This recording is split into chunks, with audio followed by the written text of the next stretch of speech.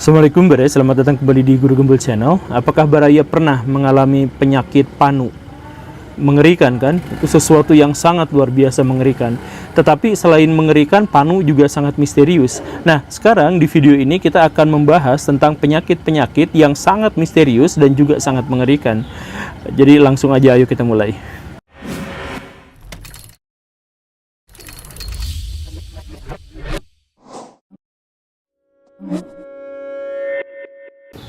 Saya kira Baraya pernah mengetahui atau mengenal atau bisa saja hanya melihat sosoknya saja, Freddy Krueger. Karena ini adalah salah satu hantu paling fenomenal di Amerika Serikat yang diterbitkan di film tahun 1980-an. Kisahnya adalah seorang laki-laki yang bejat moral, yang jahat luar biasa, yang punya kebiasaan untuk memperkosa dan membunuh. Dan kadang-kadang korbannya itu adalah anak-anak. Sampai saat dia kemudian diadili dan bebas dari segala tuntutan pengadilan itu, keluarga korban yang marah itu kemudian membunuhnya dengan cara membakarnya hidup-hidup. Walaupun dia kemudian meninggal, tetapi arwahnya itu karena memiliki sifat jahat yang luar biasa itu bangkit sebagai hantu yang kemudian kita kenal sebagai hantu Freddy Krueger yang bisa membunuh manusia di dalam mimpi. Jadi memerangkap manusia dalam mimpi kemudian mempermainkan dan membunuhnya di sana. Nah, plot cerita yang semacam ini ditulis oleh seorang penulis sinopsis Amerika Serikat yang namanya adalah Craven. Craven ini tidak benar-benar menuliskan secara independen, tetapi dia mendapatkan sebuah inspirasi dari kasus nyata. Jadi kisah nyata yang terjadi pada para pengungsi Kamboja di Amerika Serikat tahun 1960-an sampai 1970-an. Jadi ceritanya begini Baraya, kan kita tahulah di Kamboja itu sempat terjadi perang saudara. Dan ada tokoh yang luar biasa jahat yang namanya Pol Pot di sana yang membantai penduduknya sendiri. Nah, banyak di antara warga-warga Kamboja itu yang kemudian mengungsi di Amerika Serikat. Nah, orang-orang yang mengungsi di Amerika Serikat ini beberapa di antaranya memiliki penyakit-penyakit yang sangat-sangat aneh. Nah, salah satunya adalah mulai diketahuinya ada seorang anak laki-laki dari Kamboja, dia menolak tidur. Kenapa? Karena setiap dia tidur, dia mengalami mimpi buruk yang benar-benar mengerikan. Di dalam mimpi buruk itu dia merasakan ada orang yang mengejar-ngejarnya, kemudian memerangkapnya dalam dunia mimpi dan dia susah sekali untuk bangun, dan di situ ada teror-teror yang mengerikan, begitulah kurang lebihnya. Dia sempat bangun, tetapi setelah bangun itu dia menolak untuk tidur karena trauma yang sangat luar biasa akibat dari mimpi itu. Tapi ya namanya juga manusia ya, dia tidur lagi. Tetapi setiap dia tidur dia mengalami hal yang sama lagi, begitu seterusnya.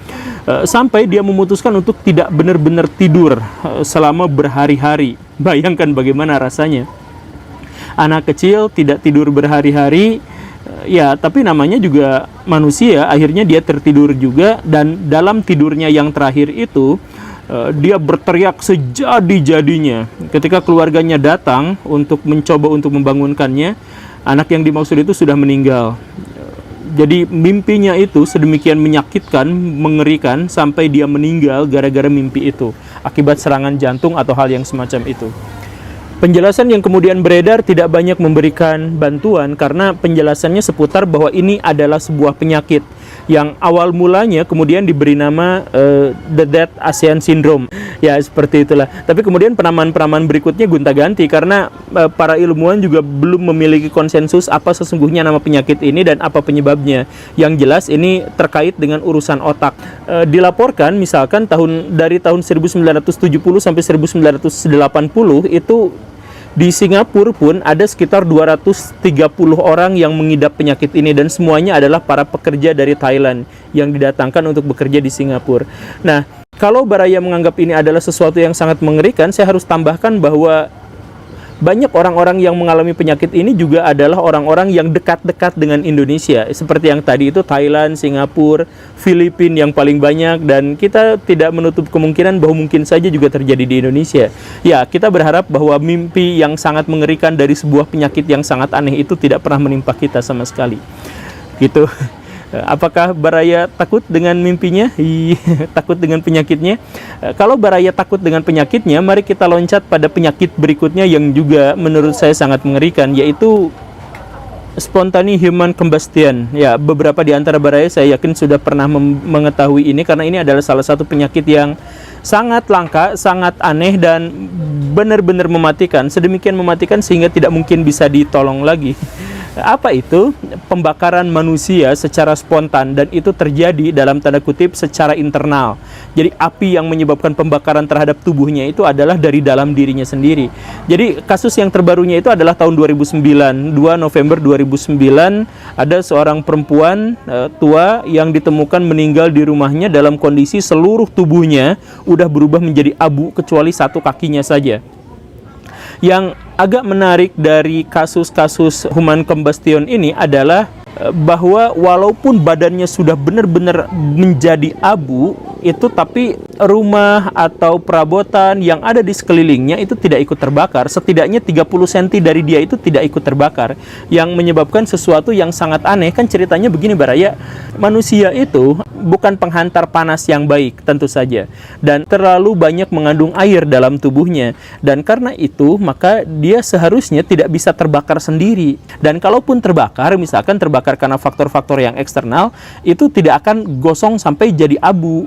Jarang sekali kondisi seperti itu kecuali dikremasi. Jadi misal, saya mohon maaf ya, ada yang rumah yang kebakaran. Nah, di dalam rumah yang kebakaran itu, walaupun rumahnya sudah hangus, kemudian ditemukan jenazah ada di dalamnya, biasanya jenazahnya itu masih menyerupai manusia walaupun sudah gosong gitu, tapi masih menyerupai manusia dalam arti ya tangannya masih ada, daging-dagingnya masih ada, tulangnya masih ada, dan sebagainya.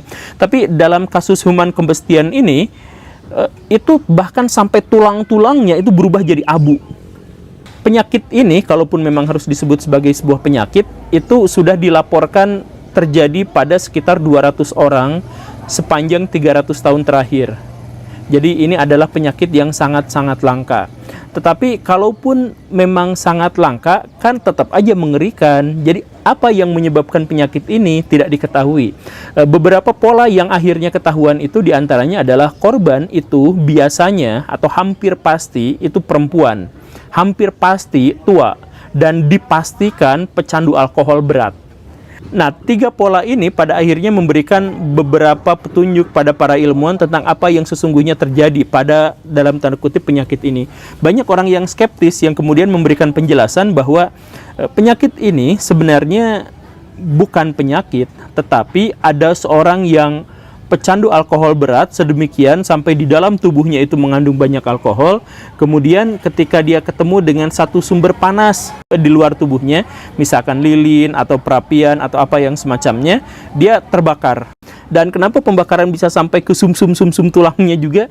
Itu katanya adalah gara-gara ada hipotesis sumbu. Jadi api itu menyala, dan karena menyala oleh lemak, jaringan lemak yang terbakar itu lama nyalanya, itu kayak baraya bakar plastik gitulah, itu kan nyalanya lama gitu, dan itu bisa membakar yang lainnya. Nah, penjelasannya seperti itu. Tetapi secara pribadi saya masih belum terima dengan penjelasan yang sesederhana itu. Bagi saya sih kan tetap saja agak aneh gitu. Kan diceritakan misalkan ini gara-gara kandungan alkohol yang banyak di dalam tubuh gitu. Kandungan alkohol sebanyak apa yang bisa menyebabkan tubuh manusia terbakar sampai sehebat itu? Kan susah juga kita jelaskan.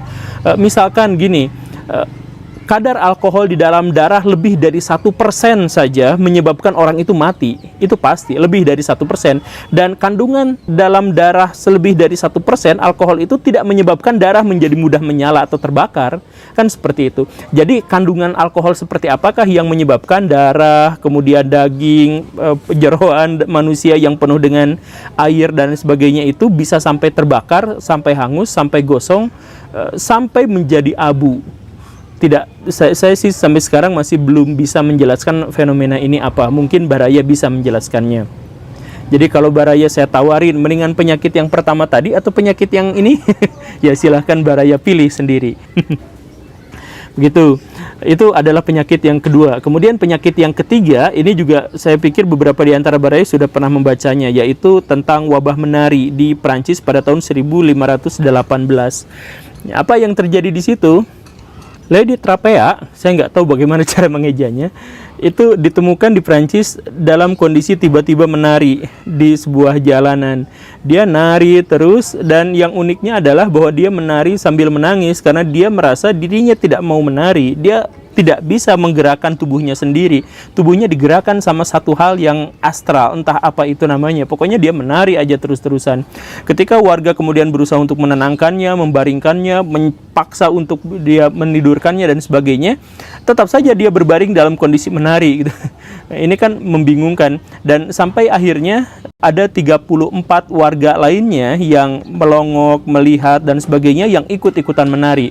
Semuanya perempuan. Ikut-ikutan menari, jadi inilah yang kemudian kita sebut sebagai wabah menari, karena menari ini ternyata menular.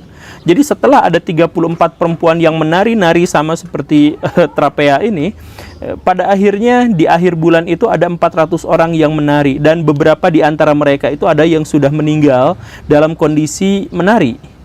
Jadi menarinya itu sampai capek, sampai dehidrasi, sampai kelaparan, sampai gak bisa tidur, sampai apa? Sampai banyak di antara mereka yang meninggal.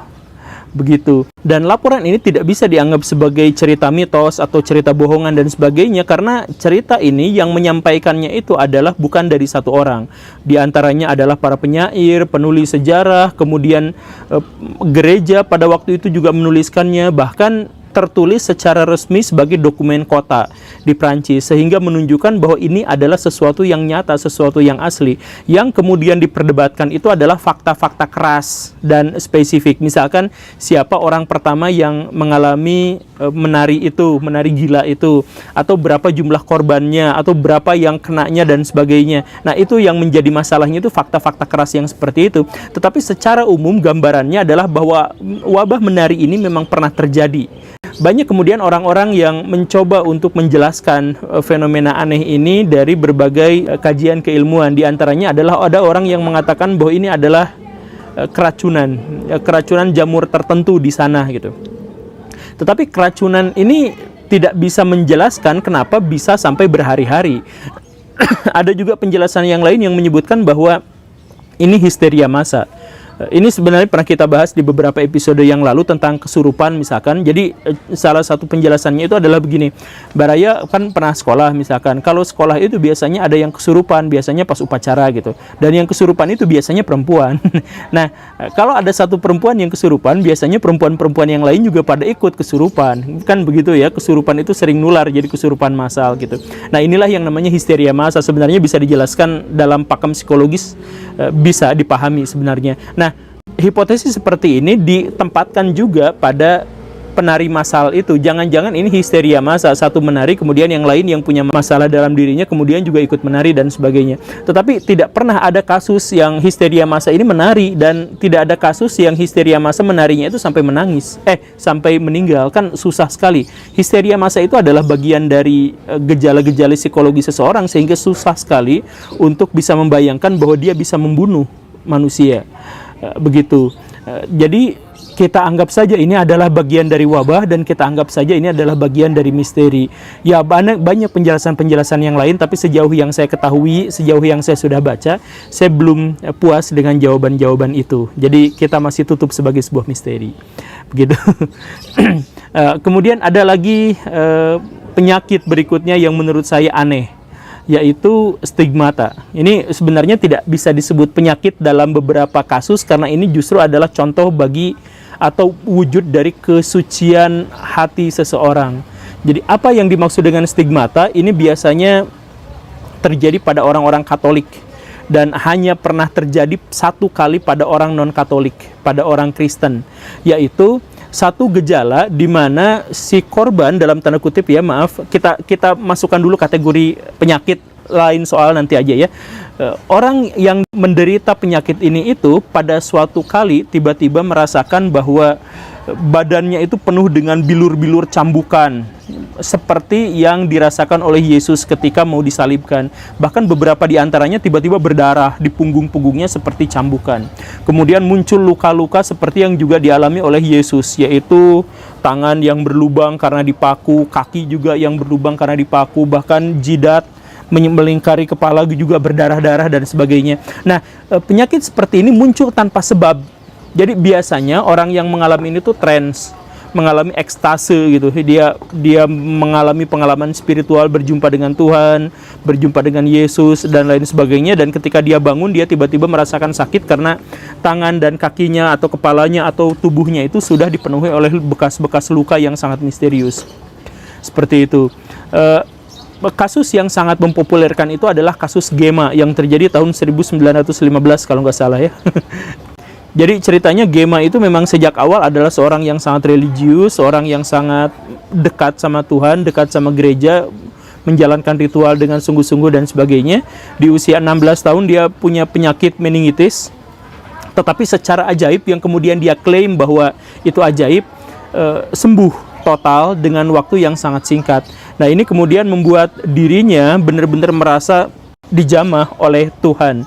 Dan sejak saat itu dia mulai mengalami ekstase-ekstase, pengalaman-pengalaman spiritual dan sebagainya, dan pada akhirnya tangannya mulai berlubang, kakinya mulai berlubang dan sembuh dengan sendirinya dan sebagainya. Belakangan setelah diselidiki lebih jauh, ternyata kasus Gema ini palsu.